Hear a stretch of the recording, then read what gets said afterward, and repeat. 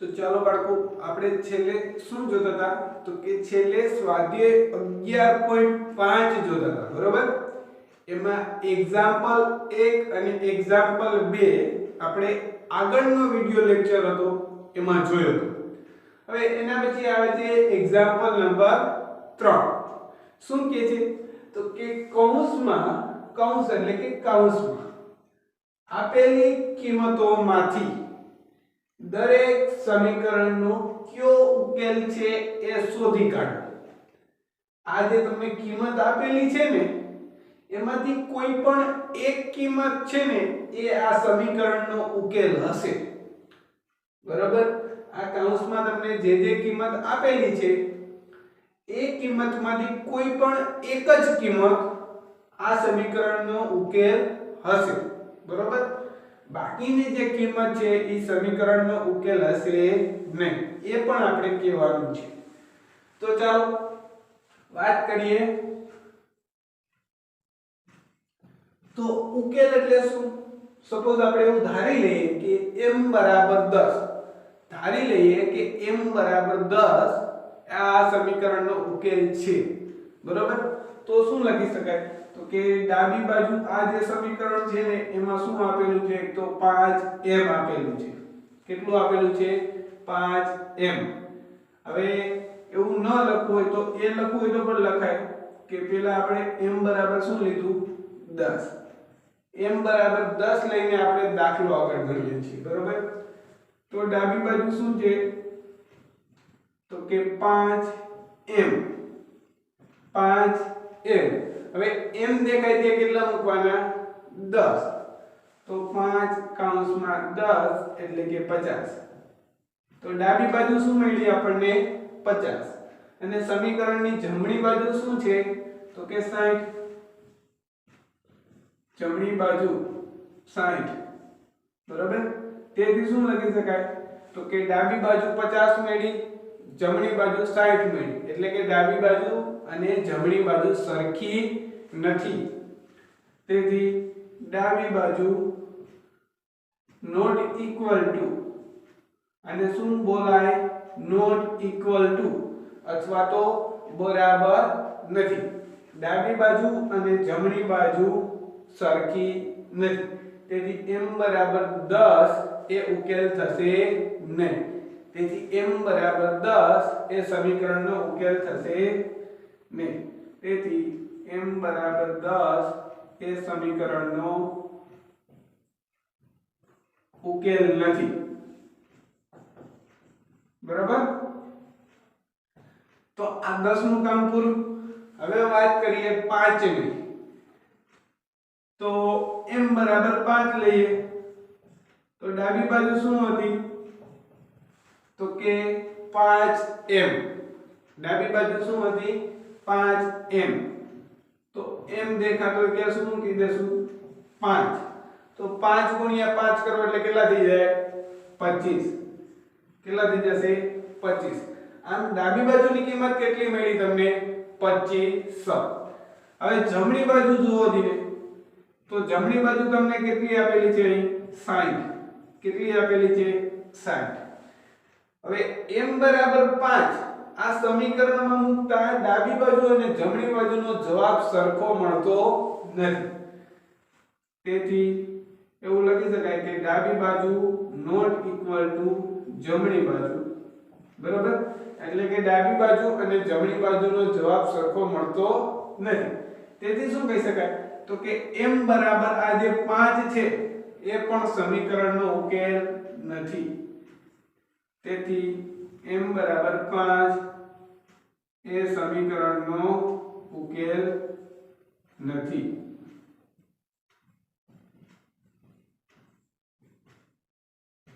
બરાબર હવે એના પછી શું આવે છે m બરાબર 12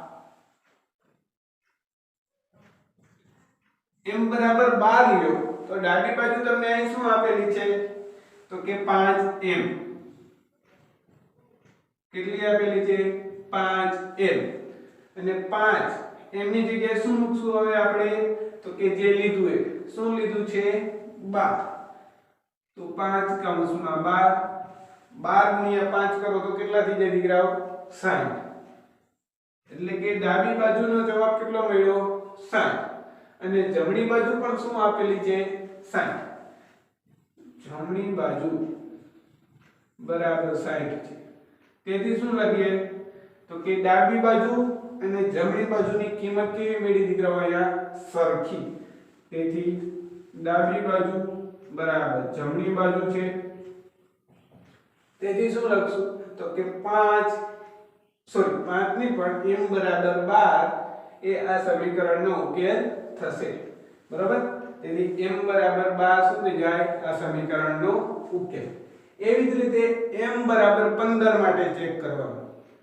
તો m બરાબર 15 માટે ચેક કરશો તો શું થશે તો ડાબી બાજુ પહેલા વિચારીએ તો કે 15 * 5 અથવા તો 5 * 15 તો 5 * 15 કરો તો કેટલા થઈ જાય તો કે ડાબી બાજુ મળશે તમને 75 કેટલી મળશે 75 અને વાત કરીએ જમણી બાજુની તો જમણી બાજુ કેટલી છે 60 ડાબી બાજુ મળી 75 જમણી બાજુ છે 60 તેથી ડાબી બાજુ બરાબર જમણી બાજુ નથી તેથી m બરાબર 15 એ આ સમીકરણનો ઉકેલ થશે નહીં બરાબર તો એ તમે અધૂરું છે કરી લેજો આ તો એક્ઝામ્પલ નંબર 1 એના જેવો બીજો એક્ઝામ્પલ છે શું કહે છે તો કે આ જે કૌંસમાં કિંમત આપેલી છે કઈ 12 8 20 અને 0 આ ચાર કિંમતમાંથી કોઈ પણ એક જ કિંમત આ સમીકરણનો ઉકેલ હશે તો શું કરવું પડે તો કે ચકાસવા માટે બધી જે કિંમત છે એનો ઉપયોગ કરવો પડે તો પહેલા n બરાબર લઈએ આપણે 12 કઈ લઈ 12 હવે 12 ડાબી બાજુમાં મૂકો જઈને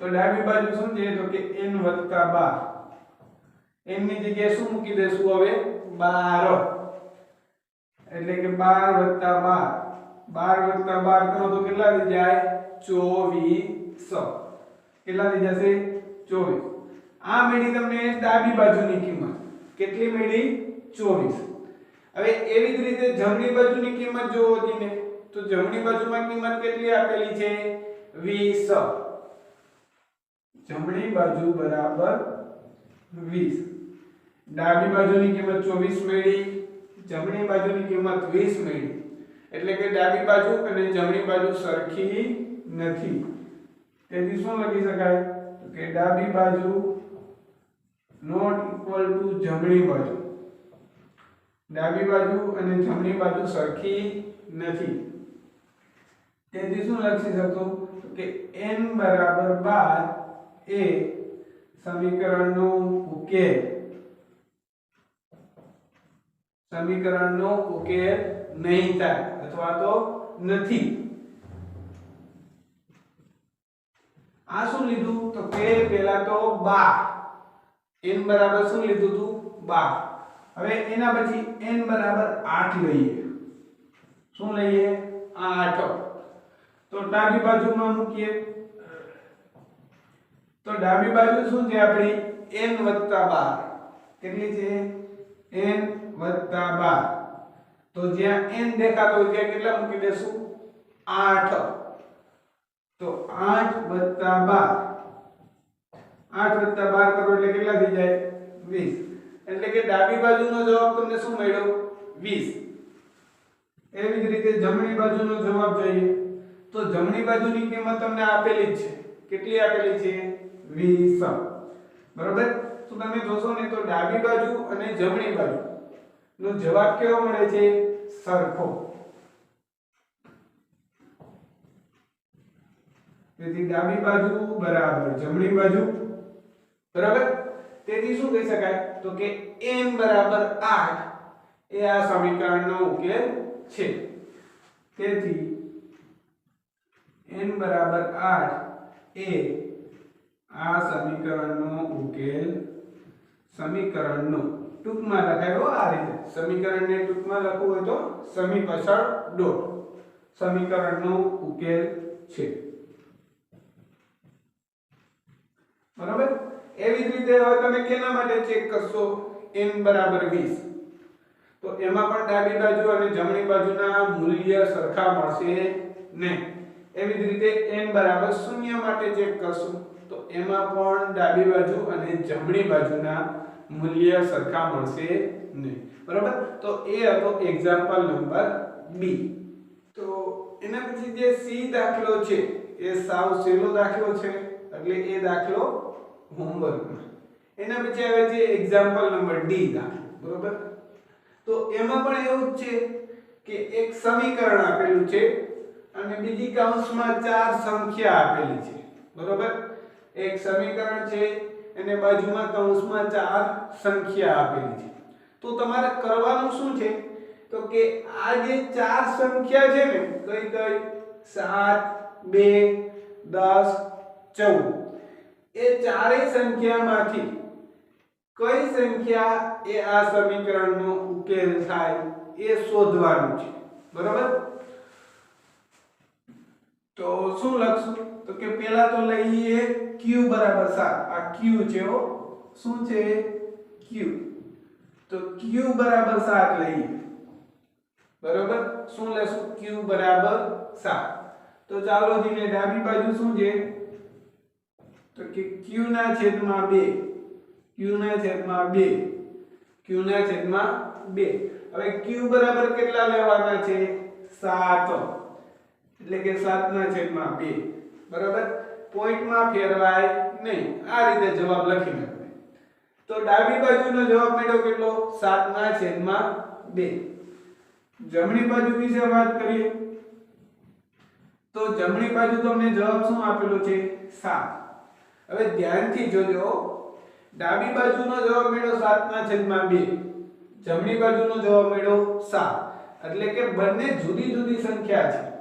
આને જો આપણે પોઈન્ટમાં ફેરવીએ તો જવાબ આવે 3.5 અને આ જવાબ છે 7, એટલે કે બંને સંખ્યા સરખી નથી. તેથી શું લખી શકીએ, તેથી ડાબી બાજુ બરાબર જમણી બાજુ નથી. તેથી ડાબી બાજુ બરાબર જમણી બાજુ નથી. તેથી શું લખશું તો કે q બરાબર 7 એ સમીકરણનો ઉકેલ નથી, એ લખવું પડે હો. તેથી q બરાબર 7 એ સમીકરણનો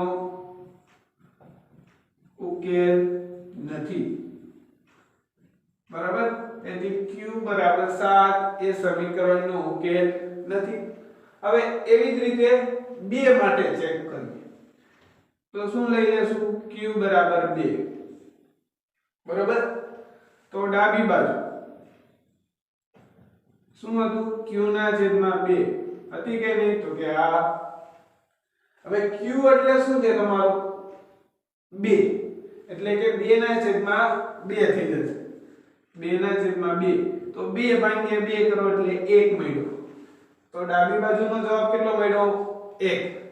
એવી જ રીતે જમણી બાજુની વાત કરીએ તો જમણી બાજુનો તમને જવાબ આપેલો છે, કેટલો આપેલો છે 7, એટલે કે ડાબી બાજુ બરાબર જમણી બાજુ નથી, કારણ કે ડાબી બાજુનો જવાબ 1 મળ્યો, જમણી બાજુનો જવાબ કેટલો મળ્યો 7, એટલે કે ડાબી બાજુ બરાબર જમણી બાજુ નથી. તેથી શું લખશું, તેથી q બરાબર 2 એ સમીકરણનો ઉકેલ નથી. એ સમીકરણનો ઉકેલ નથી. બરાબર, તો આ તો q બરાબર 2 માટેનો એક્ઝામ્પલ. હવે વાત કરીએ q બરાબર 10. તો q બરાબર 10 લઈએ તો ડાબી બાજુ શું થાય તો કે તમને રકમમાં પહેલા તો શું આપેલી છે તો ડાબી બાજુ જોશો ને તો q ના છેદમાં 2 આપેલું છે. શું આપેલું છે q ના છેદમાં 2, તો q એટલે કે 10, એના છેદમાં 2 એટલે કે 5. તો ડાબી બાજુ કેટલી છે 5. અને જમણી બાજુ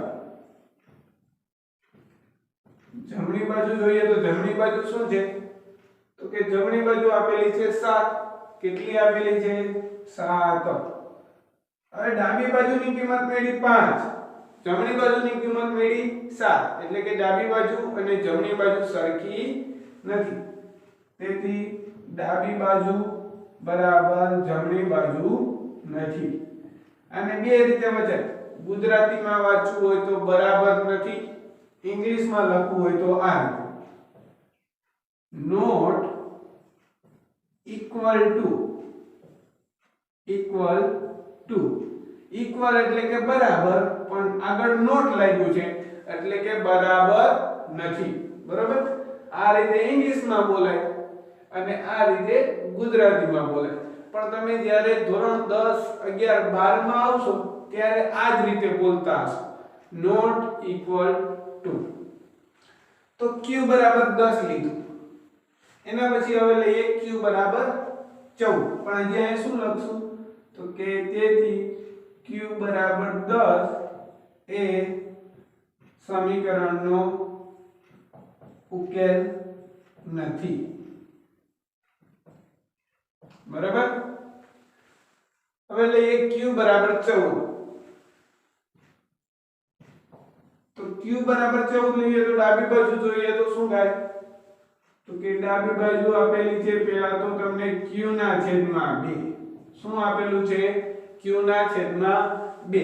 અને q બરાબર તમને કેટલું આપેલું છે હવે 14, તેથી 14 ના 2 એટલે કે 7. તો આમ ડાબી બાજુનો જવાબ મેળવ્યો કેટલો 7.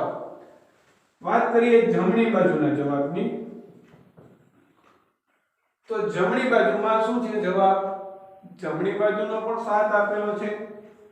તો તમે જોશો ને તો અહીં ડાબી બાજુ અને જમણી બાજુ કેવી મળે છે? સરખી. તેથી ડાબી બાજુ બરાબર જમણી બાજુ, બરાબર, ડાબી બાજુ બરાબર જમણી બાજુ. તેથી શું લખશું તો કે q બરાબર 14, q બરાબર 14 એ સમીકરણનો ઉકેલ નથી. q બરાબર 14 એ સમીકરણનો ઉકેલ નથી. બરાબર, તો આ તો ડી દાખલો. હવે e અને f આના જેવા જ છે એટલે એ બંને દાખલા હોમવર્કમાં, બરાબર, તો પણ છતાં ન થાય તો મને કહેજો, આપણે ગણશું. બરાબર, હવે એના પછી આવે છે એક્ઝામ્પલ નંબર 4. તો એક્ઝામ્પલ 4 શું કહે છે દીકરાઓ? તો કે કોષ્ટક પૂર્ણ કરો. એટલે તમારી બુકમાં જોશો ને તો આ એક પ્રકારનું કોષ્ટક હશે. બરાબર, ત્યાં ખાના ગાળેલા છે. બરાબર, તો શું કહે છે? કોષ્ટકનું નિરીક્ષણ કરી m + 10 બરાબર 16 નો ઉકેલ કયો છે તે શોધી કાઢો. પહેલા તો શું કરવાનું છે તો કે આ તમને જે m ની કિંમતો આપેલી છે એના દ્વારા આ જે કોષ્ટક છે એને પૂર્ણ કરવાનું છે. શું કરવાનું છે? પૂર્ણ કરવાનું છે. બરાબર, તો ચાલો કરી દઈએ. સાવ સહેલો એક્ઝામ્પલ છે આ. તો તમને શું આપેલું છે ખાસ પેલા એ જો. શું આપેલું છે તો કે m ની કિંમત આપેલી છે. કેટલી થી કેટલી? તો કે 1 થી 10 સુધી. બરાબર, તેમાં 11 સુધી આપેલી હોય તો હોય એવું જરૂરી નથી. મેં શું તો કે અહીં 10 સુધી લખેલી છે. તો કે m ની 1 થી 10 સુધીની કિંમતોને કેમાં મૂકશું? તો કે આ જે સમીકરણ છે ને કેમ ગયું? તો કે આ રહ્યું m + 10 બરાબર 16 એની ડાબી બાજુમાં મૂકીશું. ડાબી બાજુમાં મૂકીએ અથવા તો ડાબી બાજુમાં મૂકતા. બરાબર, શું થાય તો કે જો આ m ના m ડાબી બાજુમાં મૂકો એટલે શું થઈ જાય તો કે જો m બરાબર 1 મૂકો. કેટલા મૂકશો? 1. તો અહીં જ્યાં m દેખાતો હોય ત્યાં કેટલા મૂકી દેવાના? 1. તો 1 + 10 કરો તો કેટલા થઈ જાય? તો કે 11 થઈ જાય. એવી રીતે 2 મૂકશો તો કેટલા થઈ જશે? 2 મૂકશો તો કેટલા થઈ જશે? 12. કેટલા થઈ જશે? 2 મૂકશો તો 12, 3 મૂકશો તો 13, 4 મૂકશો તો 14, 5 મૂકશો તો 15, 6 મૂકશો તો 16, 7 મૂકશો તો 17. એવી રીતે તમે જેમ જેમ m ની કિંમતો જુદી જુદી મૂકતા જશો એને અનુરૂપ ડાબી બાજુની કિંમત મળતી જશે. 8 મૂકો તો 18, 9 મૂકો તો 19, 10 મૂકો તો 20. બરાબર? આ રીતે m ની તમે જુદી જુદી કિંમતો મૂકો તો એને અનુરૂપ m + 10 ની પણ કિંમતો મળે. એટલે તમે હવે જોશો ને તો આપણું આ કોષ્ટક પૂર્ણ થઈ ગયું. જો અહીંયા ખાલી m ની કિંમતો આપેલી હતી, એના ઉપરથી શું મળી ગયું તો કે m + 10 ની કિંમતો પણ મળી ગઈ. બરાબર? સમજાઈ ગયું? હવે શું કહે છે તો કે m + 10 = 16 નો કયો ઉકેલ છે એ શોધી કાઢો. કેના ઉપરથી તો કે કોષ્ટક ઉપરથી. હવે દીકરાઓ ખાસ તમે ધ્યાન રાખશો ને તો અહીંયા જોશો ને તો m = 6 છે ને, m = 6 લેશો ને 6 ત્યારે m + 10 = 16 થાય છે. એટલે કે સમીકરણનું શું થાય છે સમાધાન. જ્યારે m = 6 લેતા કયા સમીકરણનું સમાધાન થાય છે તો કે m + 10 = 16 સમીકરણનું સમાધાન થાય છે. બરાબર? તો આપણને શોધવાનું શું કીધું હતું તો કે જે જગ્યાએ સમાધાન થતું હોય તેનો ઉકેલ એટલે કે જ્યાં સમાધાન થાય છે એ જગ્યાએ. તો આ સમીકરણનો ઉકેલ શું થઈ જશે m = 6. તેથી m = 6 એ સમીકરણ કયું સમીકરણનો ઉકેલ થશે તો કે m + 10 એના બરાબર 16. m + 10 બરાબર 16 નો ઉકેલ થશે. નો ઉકેલ થશે. બરાબર? આ તો એ દાખલો. હવે બી દાખલો પણ આના જેવો જ છે, પણ ત્યાં શું તો કે અહીંયા વચ્ચે સરવાળો આપેલો છે ને, ત્યાં એવી રીતે ગુણાકાર આપેલો છે. એટલે એ દાખલો હોમવર્કમાં. હવે એના પછી ડી સી દાખલો ગણાવું છું. કયો દાખલો સી. તો અહીંયા પણ એવું જ છે. શું આપી દીધેલું છે એક સમીકરણ આપી દીધેલું છે. કયું છે z ના છેદમાં 3 બરાબર 4. z ના છેદમાં 3 બરાબર 4. બરાબર? તો શોધવાનું શું છે તો કે આ સમીકરણનો ઉકેલ કયો છે એ. તો ઉકેલ માટે z ની જુદી જુદી કિંમતો આપેલી છે. 8, 9, 10, 11, 12, 14. તો એમાંથી કોઈ પણ એક ઉકેલ હશે. તો અહીં જે રીતે કરેલું છે એ જ કરવાનું છે. શું કરશો તો કે આ z ની જુદી જુદી કિંમતો છે. કઈ કઈ તો કે 8 થી 14 સુધીની એને સમીકરણમાં મૂકતા z ની 8 થી 14 સુધીની કિંમતોને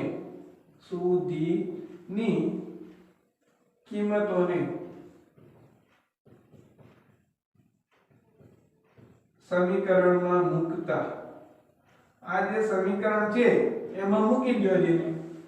z ની 8 થી 14 સુધીની કિંમતો છે એને આ સમીકરણમાં મૂકી દો.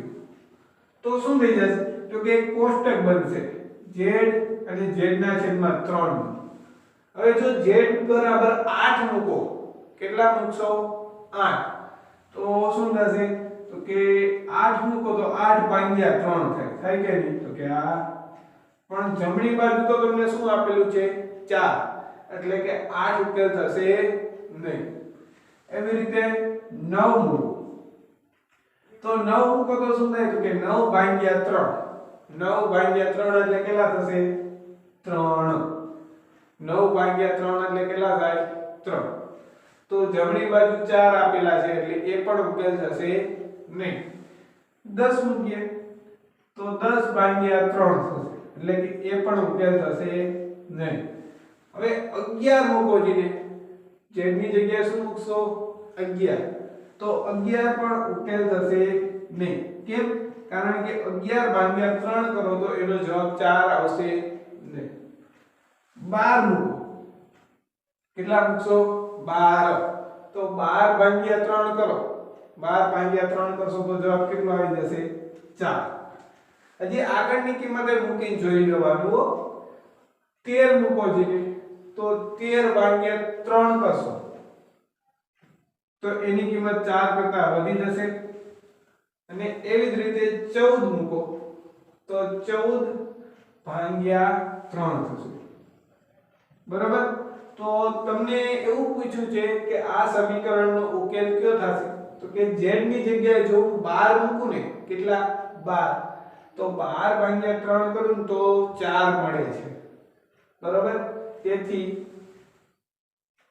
z બરાબર 12 એ શું થઈ જશે? આ સમીકરણનો ઉકેલ. તો શું લખશું? જ્યારે z બરાબર 12 મૂકતા